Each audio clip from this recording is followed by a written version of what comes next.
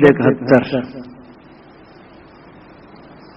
चात्रिक कहाँ पुकारो दूरी, सो जल जगत रहा भरपूरी। जय जल नाद बिंदु को भेदा, सटकर्म सहित उपान्यो वेदा।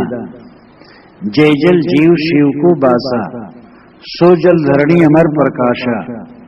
जय जल उपजल सकल शरीरा, सो जल भेद न जान कबीरा।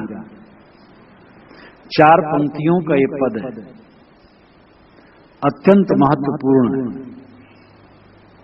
चात्रिक कहाँ पुकारो दूरी। चात्रिक का शुद्ध शब्द है चातक। कहा जाता है चातक सब समय पीऊ कहाँ, पी कहाँ, पी कहाँ पुकारता है। वो बोलता है बसंत और वर्षा में प्राय ज्यादा बोलता है, और उसकी बोली में आदमी ये कल्पना करता है कि वो पी कहाँ, पी कहाँ, पी कहाँ पुकारता है, मानो पी को पुकारता है। और केवल स्वाति नक्षत्र में जब पानी गिरता है तो वही पीता है, और कोई पानी नहीं पीता है। इसका हट है कि हम स्वाति नक्षत्र का ही पानी पिएंगे और दूसरा पानी नहीं पी सकते। ये भी मनुष्य की कल्पना है। वो जानवर है, स्वाति में खाली पानी गिरेगा वही पिएगा, बाकी समय वो प्यास के बिना मर जाएगा, पानी बिना मर जाएगा प्यासा होकर। पानी तो सब समय पीता होगा, लेकिन आदमी अपने को समझाने के लिए अनेक पशु पक्षियों, अनेक निर्जीव पदार्थों और अनेक काल्पनिक पदार्थों से भी उसने प्रेरणा ली। जैसे सर्पमणि, सर्पमणि कहीं नहीं होता, सर्पमणि का पता आज तक नहीं लगा। जहां सर्प जलाए जाते वहां तो सर्पमणि तो मिलती ही। सर्पमणि काल्पनिक बताई जाती है। पारस पत्थर एकदम काल्पनिक है, कलवृक्ष काल्पनिक है, कामधेनु काल्पनिक है। अब वो कामधेनु लोग कहते हैं कि कोई गाय होती है, बछड़ा उछड़ा नहीं जानती है, थोड़ा थोड़ा दूध देती रहती है, अपने ढंग से कामधेनु कह लें। लेकिन जिसका अर्थ है कि जो कुछ मांगो वो सब दे, वो कामधेनु कहाँ है? कामधेनु वशिष्ठ के कामधेनु गाय थी, तो उन्होंने मांगा तो हजारों लोगों की भोजन की सामग्री तुरंत उपस्थित हो गई, बड़े बड़े भवन बन गए। ये सब स्वप्न की कथा है केवल। तो चातक पक्षी केवल स्वाद बूंद ग्रहण करता है, ये बात काल्पनिक है। लेकिन जैसे कहा जाता है, साहब कहते हैं, ऐ चातक कहाँ पुकारो दूरी, सो जल जगत रहा भरपूरी। जिस जल से तुम्हारी प्यास बुझती है, बुझ सकती है, वह प्यास जगत में भरपूर है। नदी में है, नालों में है, कुएं में है, और नदी नाले में तुम ठीक से पी सकते हो। पी कहाँ करने के चक्कर में क्यों पड़े हो? क्यों आकाश में पुकारते हो? और वो पानी तो नदी नाले में सब भरा है, पी लो। चात्रिक कहाँ पुकारो दूरी, सोच जल जगत रहा भरपूर। यहां चातक तो अलंकार मात्र है।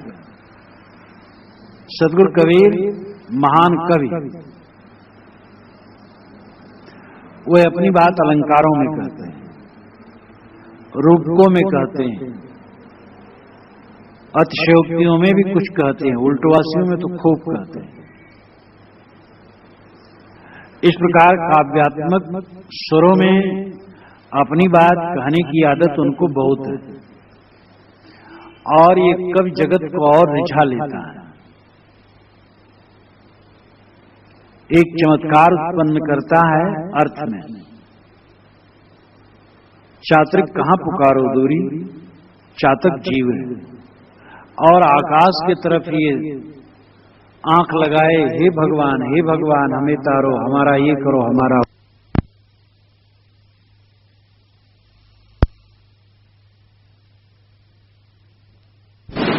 साहब कहते, ऐ चातक, ऐ जीव, ऐ मनुष्य, कहां तुम दूर पुकार रहे हो?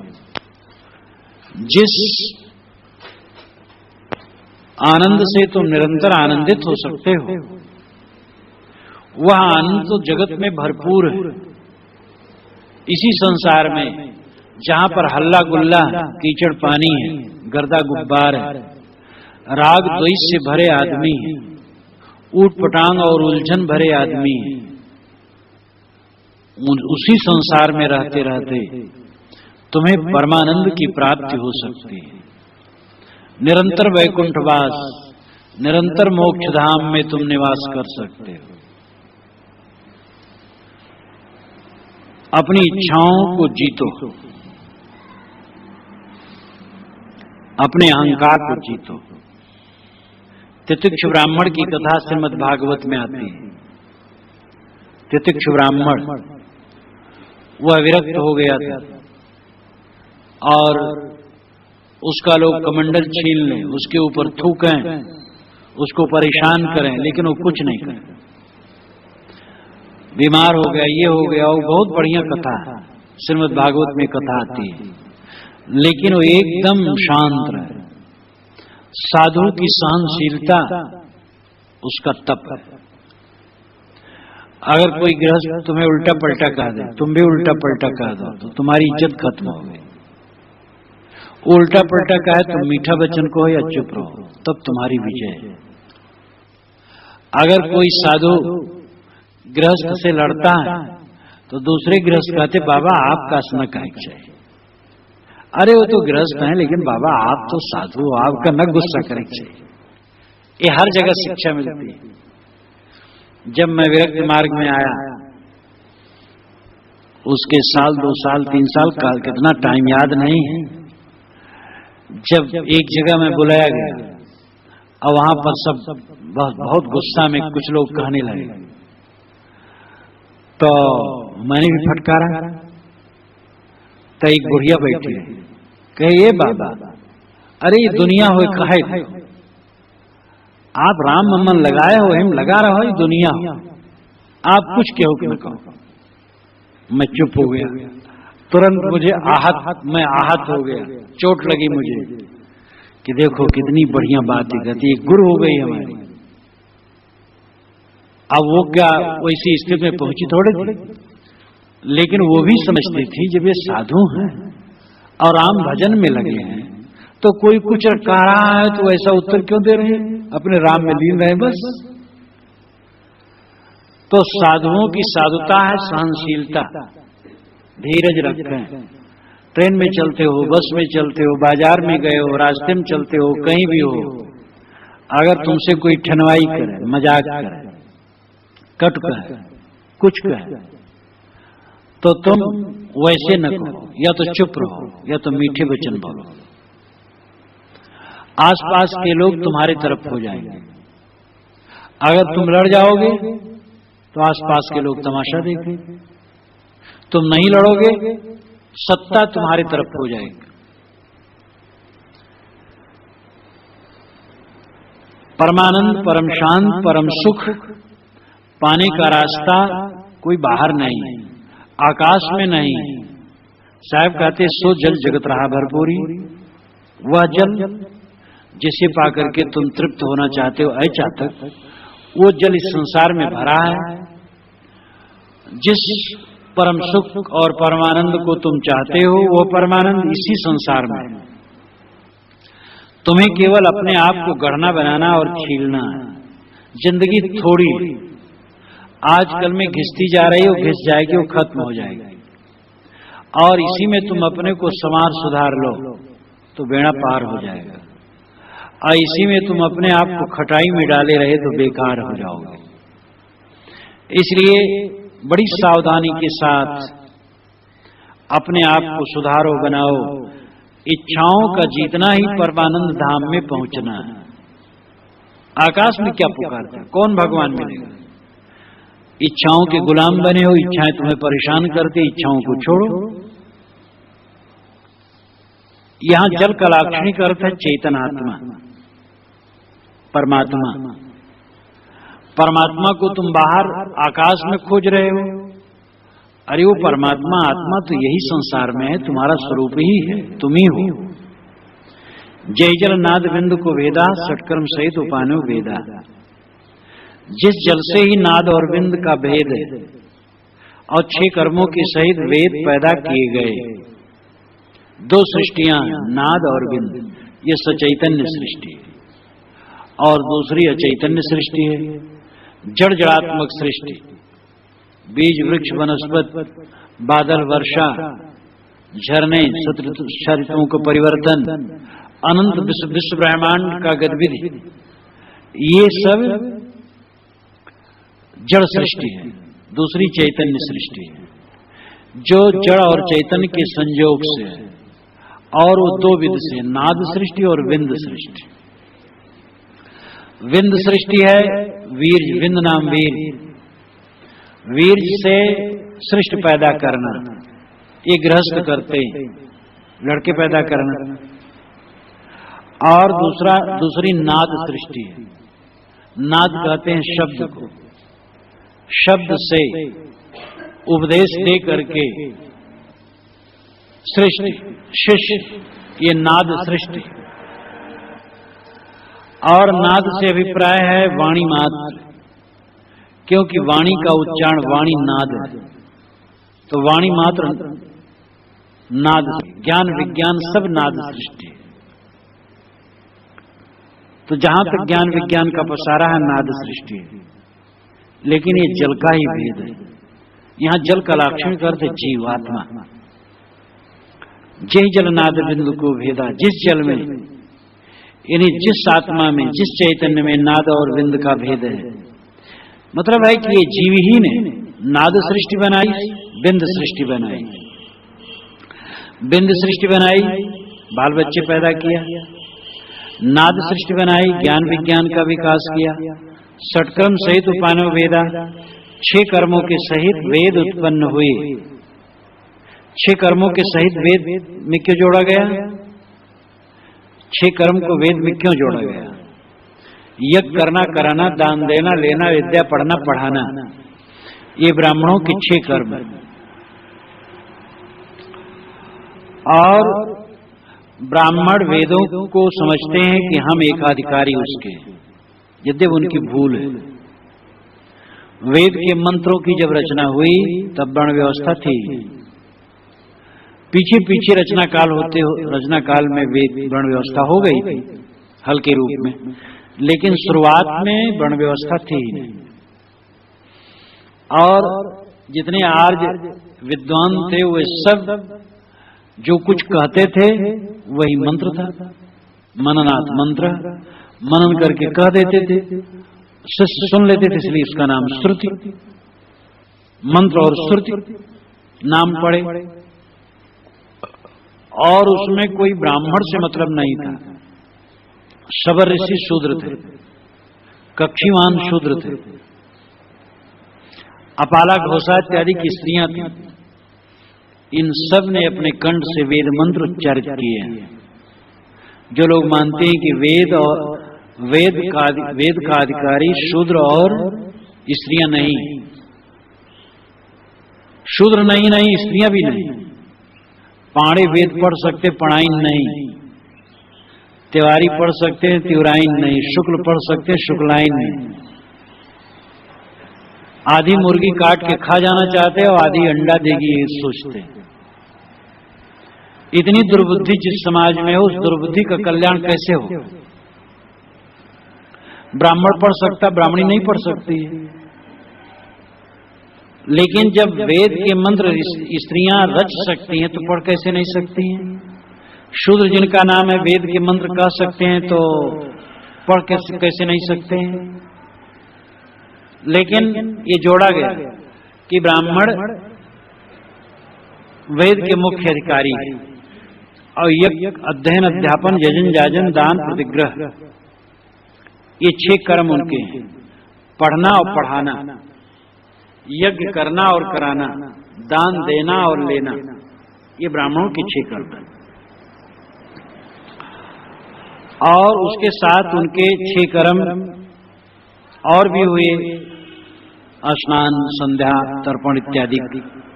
वो भी 6 कर्म है, लेकिन मुख्य 6 कर्म यज्ञ करना, कराना, दान देना, लेना, विद्या पढ़ना, पढ़ाना है। यहां 60 कर्म शब्द आया है, इसलिए 60 कर्म का अर्थ योग में जो होता है वो भी दिया गया है। लेकिन ये तो शब्द परिचित हैं। 60 कर्म शब्द आया और उसके साथ योग में भी 60 कर्म माना जाता है, इसलिए लिख दिया गया व्याख्या में। लेकिन खास 60 कर्म यहाँ विद्या पढ़ना, पढ़ाना, यज्ञ करना, कराना, दान देना, लेना, यही है। और ब्राह्मणों के जो नित्य के 6 कर्म हैं वो स्नान, संध्या, पूजा, तर्पण, जप और होम है। आगम तंत्र के अनुसार 60 कर्म शांति, वशीकरण, स्तंभन, विद्वेष, उच्चाटन और मारण। और योग में धौत, बस्ती, नेति, नौलकी, त्राटक, कपालभाति, ये सब है। और इसका विवरण व्याख्या में अच्छी तरह से दिया गया है, पढ़ के मनन किया जा सकता है। खास बात है यज्ञ करना, कराना, दान देना, लेना, विद्या पढ़ना, पढ़ाना। इन 6 कर्मों के साथ वेदों की रचना हुई और ये सब नाद सृष्टि है, और ये सब जीव ही की सृष्टि है। जीव ही इसमें श्रेष्ठ, चेतन ही श्रेष्ठ है। जय जल जीव शिव को बासा, सो जल धरणी अमर प्रकाशा। इसी जल में जीव है, इसी जल में शिव है, दोनों का वास इसी जल में है। जल का मतलब चेतन यहाँ है। जल शब्द तो पानी है, लेकिन लाक्षणिक अर्थ साहब ने तो बहुत ऐसी बातें कही लाक्षणिक, जिसे केरा तबे न चेतिया। तो केरा तो केला है, केला का पेड़, लेकिन लाक्षणिक अर्थ है मनुष्य। ऐसे बीजक में लाक्षणिक अर्थ बहुत है। तो जल पानी, जैसे पानी शीतल होता है, वैसे जीव का स्वभाव शीतल है। यहाँ खास अर्थ है कि चातक पुकारता है पानी के लिए आकाश में, और मनुष्य पुकारता है परमात्मा को आकाश में। तो परमात्मा आत्मा ही, और इसी में जीव शिव का वास है। कोई आत्मा जीव है, कोई आत्मा शिव है। यहाँ यह अर्थ नहीं कि एक चेतन व्याप है और उसमें जीव और ईश्वर दोनों हैं, ये अभिप्राय नहीं। व्याप्त तो कोई वस्तु दुनिया में है ही नहीं। एक अखंड वस्तु सर्वत्र व्याप्त हो तो सृष्टि ही न हो, गति और हलचलन ही न हो। इसलिए दुनिया में कुछ भी व्याप्त नहीं। जय जल जीव शिव को वासा, इसी जल में जीव और शिव का दोनों का वास है। अभिप्राय है कि इसी चेतन में कोई जीव है, कोई शिव है। जीव का मतलब सामान्य प्राणी, शिव का मतलब कृतार्थ जीव। पारखी संत भी जीव मुख की बात नहीं मानते, गुरुमुख की बात मानते। जीव परम तत्व है पारक सिद्धांत में, लेकिन परम तत्व होते हुए भी जीव का एक अर्थ ये भी है पारक सिद्धांत में भी कि अबोधग्रस्त रहना। जीव वह है जो अबोधग्रस्त, अज्ञान में पड़ा। इसीलिए जीव मुख की वाणी नहीं मानी, गुरुमुख की वाणी मानी जाती है। जब जीव गुरु हो जाता है तब उसकी वाणी का प्रमाण है। गुरु हो जाने मतलब है निर्मल हो जाना, शुद्ध हो जाना, निर्विकार हो जाना। और यही बात शिव है। जीव कौन है? जो मलिन है वासनाओं में, जो अपने को देह मानता है, संकल्प विकल्प स्वरूप मानता है। शिव है जो कृतार्थ है, कृतकृत्य है, जो करना था कर लिया, पूरा काम हो गया, इच्छा का त्याग, वासना की निवृत्ति, ऐसा कल्याण स्वरूप जीव ही शिव है। प्रपंचोपशमम शांतम शिवमद्वैतम चतुर्थम मन्यन्ते सात्मा सा विज्ञेया। मांडूक्योपनिषद के एक मंत्र का आधा हिस्सा है। प्रपंच का उपशमन हो गया, प्रपंचोपशमम शांतम, शांत हो गया। शिवम, वो शिव है। अद्वैतम, अकेला हो गया। चतुर्थम मन्यन्ते सात्मा सा विज्ञा, जागृत स्वप्न सुषुप्ति, इन तीनों अवस्थाओं से हटकर ये चतुर्थ अवस्था है आत्मा को समझने के लिए। मांडूक्योपनिषद में जागृत अवस्था में आत्मा को समझने के लिए बताया गया, स्वप्न में सुषुप्त में बताया गया। किसी को जानने के लिए उसके कार्यक्षेत्र में जाना पड़ता है। किसी से मिलना है तो जहां वो सोता है, जागता है, काम धंधा करता, वहीं तो मिलेगा। अगर आत्मा को जानना है तो जागृत में जानो, स्वप्न में जानो, सुषुप्त में जानो। जागृत के क्या लक्षण है, स्वप्न के क्या लक्षण, सुषुप्त के क्या लक्षण है, और एक तीसरी अवस्था है समाधि की, वो क्या लक्षण है। तो समाधि अवस्था के विषय में ये मंत्र है, नान्ता प्रज्ञम न बहिष्प्रज्ञम न उभयता प्रज्ञम न प्रज्ञानगरम न प्रज्ञम न प्रज्ञम, अव्यवहार ग्राह्य लक्षण अचिंतम उपदेश में एकात्म प्रत्ययसारम, प्रपंचोपशमम शांतम शिवमद्वैतम चतुर्थम मन्यन्ते सात्मा साविज्ञा। वो न अंतर प्रज्ञ होता है, न बहिर्प्रज्ञ होता है, न उभयता प्रज्ञ होता है, न प्रज्ञ होता है, न अप्रज्ञ होता है। वो अव्यवहार है, अग्राह्य है, लक्षण है, अचिंत है, उसका उपदेश नहीं हो सकता है। एक आत्म अस्तित्व मात्र होता है और प्रपंच का वहां खात्मा होता है, शांत होता है, शिव होता है, अद्वैत अकेला होता है। ये समाधि अवस्था में आत्मा को पहचानने के लिए लक्षण। तो इस प्रकार वहां भी शिव कहा गया। श्री विशाल साहब ने कहा, निश्चय पलट सो शिव। ये जीव जब निश्चय पलट दिया संसार की तरफ से, स्वरूप भाव आ गया तो शिव। काम वासना है, मलिनता है, काम वासना का त्याग हो गया, शिव हो गया। साधना सावधानी, सभी विशाल साहब ने कहा, सजग वीरता धाय, ये करस दृष्टि अवरण है। सजग हो जाओ, वीर हो जाओ, एक दृष्टि बनाओ, निरंतर सावधान, आगे पीछे दाएं बाएं सावधान। सावधानी साधना। अनाद काल से मन की मलिनता की आदत, गंदी आदत, देह की आदत, मन की आदत गंदी है अनाद काल से। वो गंदी आदतें तुम्हें फिर फंसा सकती हैं, इसलिए सावधान, जागते रहो। ध्यान में बैठे हो, बिस्तर पर लेटे बैठे हो, रास्ते चलते हो, काम धंधा करते हो, कहीं भी हो, सावधान। तुम्हारा मन गड्ढे में न ले जाने पाए, देहाभिमान न उत्पन्न हो, मलिनता न आए, विषय वासना के संकल्प न हो, गंदी गंदी आदतें अनादि अभ्यस्त।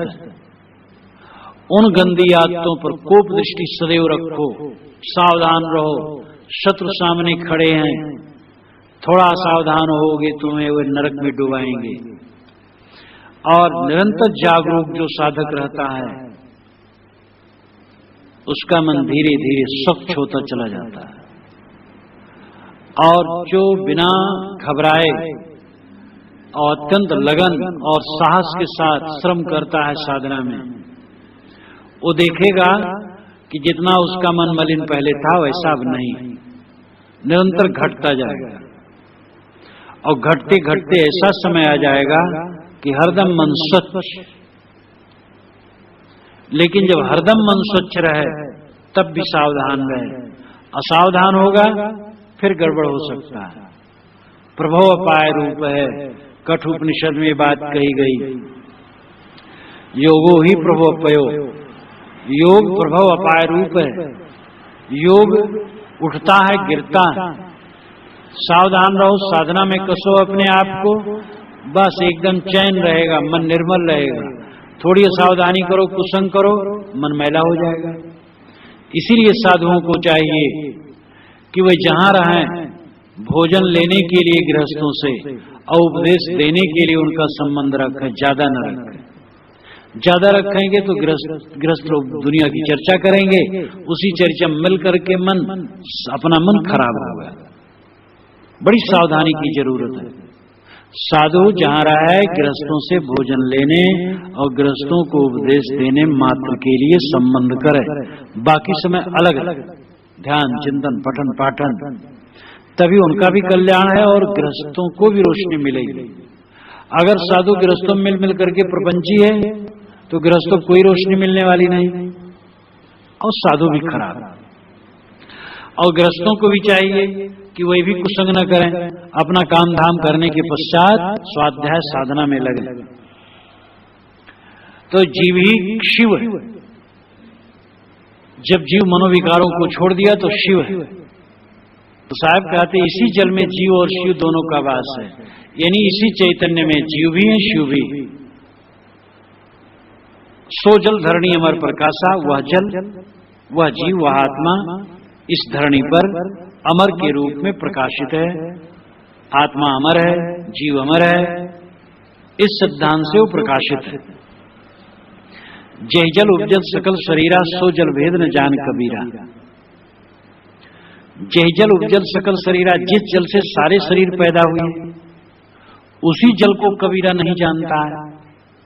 साहब अपना नाम पेश करके पूरे समाज को कह रहे हैं, ये कबीर उसी को नहीं समझ रहा है। जिस जल से सारे शरीर पैदा हुए उसी जल को नहीं समझ रहा है। इन्हीं दुनिया के लोग उसी को नहीं समझ रहे हैं। जल का अभिप्राय यहां लाक्षणिक जीव आत्मा, जिस जीव से जिस आत्मा से ही सारे शरीर पैदा हुए, जीव ही की वासना संस्कार से तो शरीर पैदा हुआ,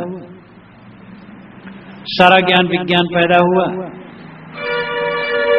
सारी चैतन्य सृष्टि की महिमा में जीव ही तो है। लेकिन उस जीव के भेद को, उस अपने स्वरूप के भेद को इंसान नहीं जाना और बाहर पुकार रहा, हे भगवान हमें तारो, हे देवी देवता हमें धन पुत्र दो, निरोगिता दो, ये दो वो दो। कितना कायर हो गया है। शून्य के सामने नाक रगड़ता है जिस तरफ से कभी उत्तर होने वाला नहीं, और मिट्टी पत्थर पिंडियों के तरफ मुंह करके नाक रगड़ता है जो अपनी मक्खी नहीं हाँक सकती। इस सृष्टि का सिरमौर प्राणी मनुष्य वो कितनी दयनीय दशा को प्राप्त हो गया है स्वरूप ज्ञान न होने से। महाभारत में एक बहुत बढ़िया मंत्र आया है, गुह्यम ब्रह्म तदिदम ब्रवीमि नहीं मांसा श्रेष्ठतरम ही किंचित।